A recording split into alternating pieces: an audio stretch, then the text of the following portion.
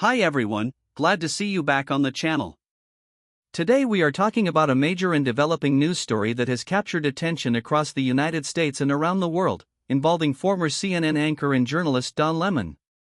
In this video, we're going to break down what has happened, why it's significant, the legal issues involved, and the broader context so you can understand the full picture of this situation as it unfolds.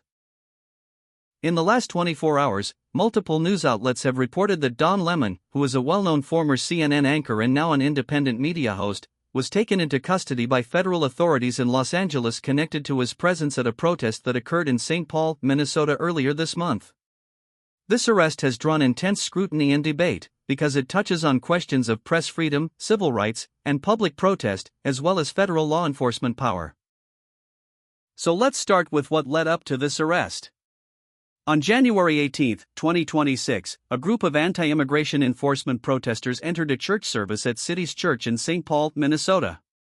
These protesters said they targeted the church because one of the pastors was also serving as a local official with U.S. Immigration and Customs Enforcement, commonly known as ICE. Videos and reports from that day show that the protesters disrupted the church service, chanting slogans and confronting attendees, which led to the service being interrupted for a significant period of time. The situation became a flashpoint in the larger national debate over immigration policy and federal enforcement tactics.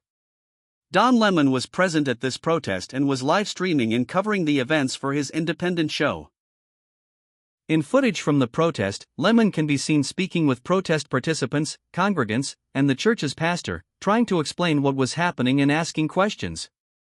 It's important to note that Lemon has said he was there in his capacity as a journalist, not as a protest organizer or participant. He has maintained that his actions were part of reporting and documenting what was happening, consistent with traditional journalistic practice. In the aftermath of the protest, federal authorities began investigating the incident, and several protesters have already been arrested on charges related to civil rights violations for disrupting the religious service. These charges allege that the actions of the protesters infringed on the churchgoers' constitutionally protected rights, including the right to freely practice their religion without interference. Before this latest arrest of Lemon, federal prosecutors had attempted to secure arrest warrants for individuals present at the protest, including Lemon.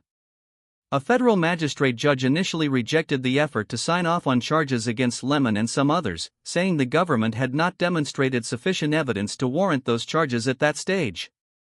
This ruling was unusual and drew attention from legal observers. Despite that earlier setback, federal agents have now taken Lemon into custody in Los Angeles, according to multiple sources and legal representatives. His lawyer, Abbe Lowell, confirmed the arrest and criticized it sharply, framing it as an unprecedented attack on the First Amendment and on the freedom of the press. Lemon was reportedly arrested while he was covering the Grammy Awards in Los Angeles, where he had been working on media assignments unrelated to the Minnesota protest.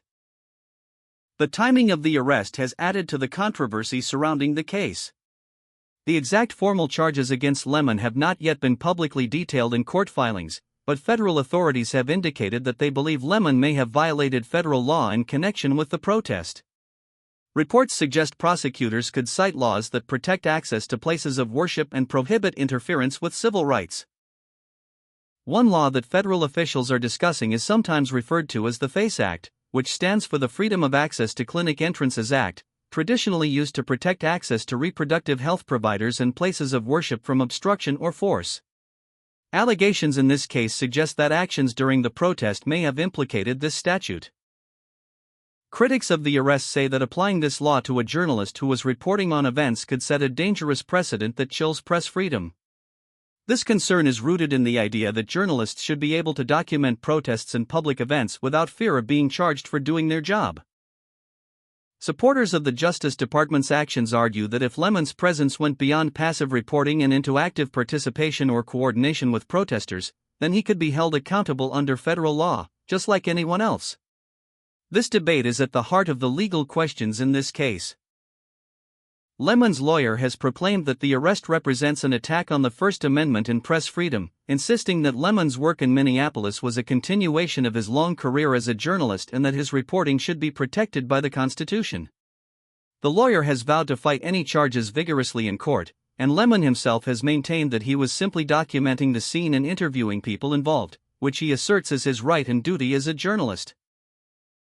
Prominent media figures and former colleagues have reacted publicly to the news, with some expressing outrage on Lemon's behalf and others weighing in on the broader implications for journalists covering contentious events. The debate around whether this arrest is justified or constitutes overreach is growing rapidly on social media and in public discourse. There has also been commentary from political figures. Former President Donald Trump and others have criticized Lemon's presence at the protest, with Trump calling him out by name and suggesting that there should be consequences. These political reactions have added another layer of intensity to the story. The context of the protest itself is linked to a broader national controversy over immigration enforcement in Minnesota. In recent months, federal immigration actions in the state have sparked protests, confrontations, and in at least one tragic case, the killing of peaceful protesters by federal agents, which has further fueled public anger and calls for accountability. Understanding that context helps explain why the protest drew national attention and why Lemon, as a high-profile media figure, found himself at the center of this storm. The situation reflects deep divisions in American society over immigration policy, law enforcement authority, civil rights, and the role of media in covering conflict.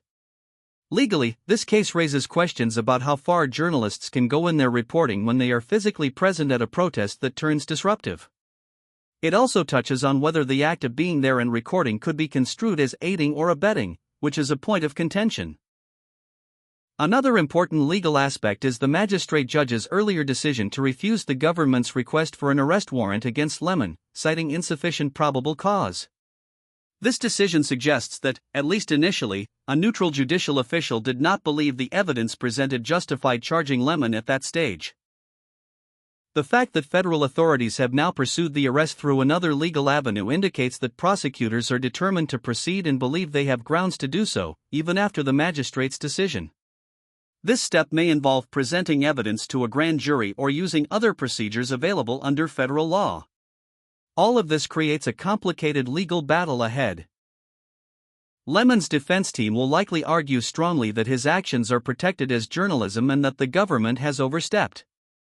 The government will argue that its duty to protect civil rights and religious freedom outweighs Lemon's claims of journalistic privilege.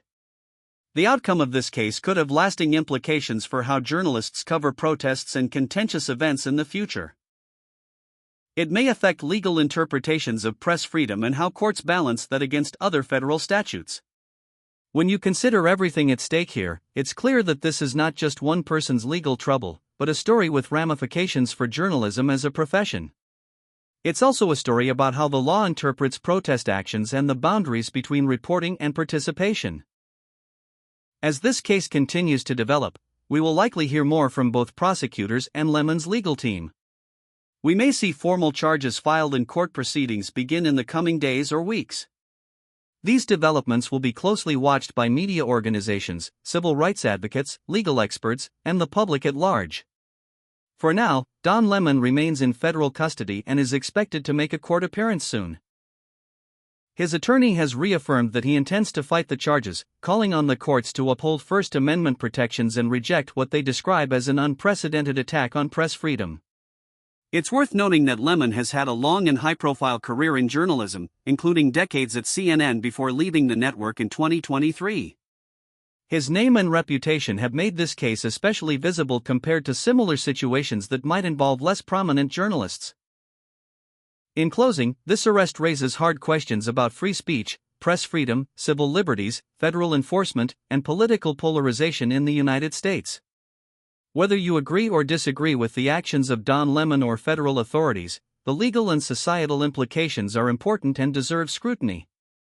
We will continue to follow this story and provide updates as new information becomes available. Thank you for watching today's video review and explanation of Don Lemon's arrest related to the Minnesota church protest. Stay tuned, and I'll see you in the next video. Thanks for watching. Don't forget to like the video, leave a comment, and subscribe to the channel.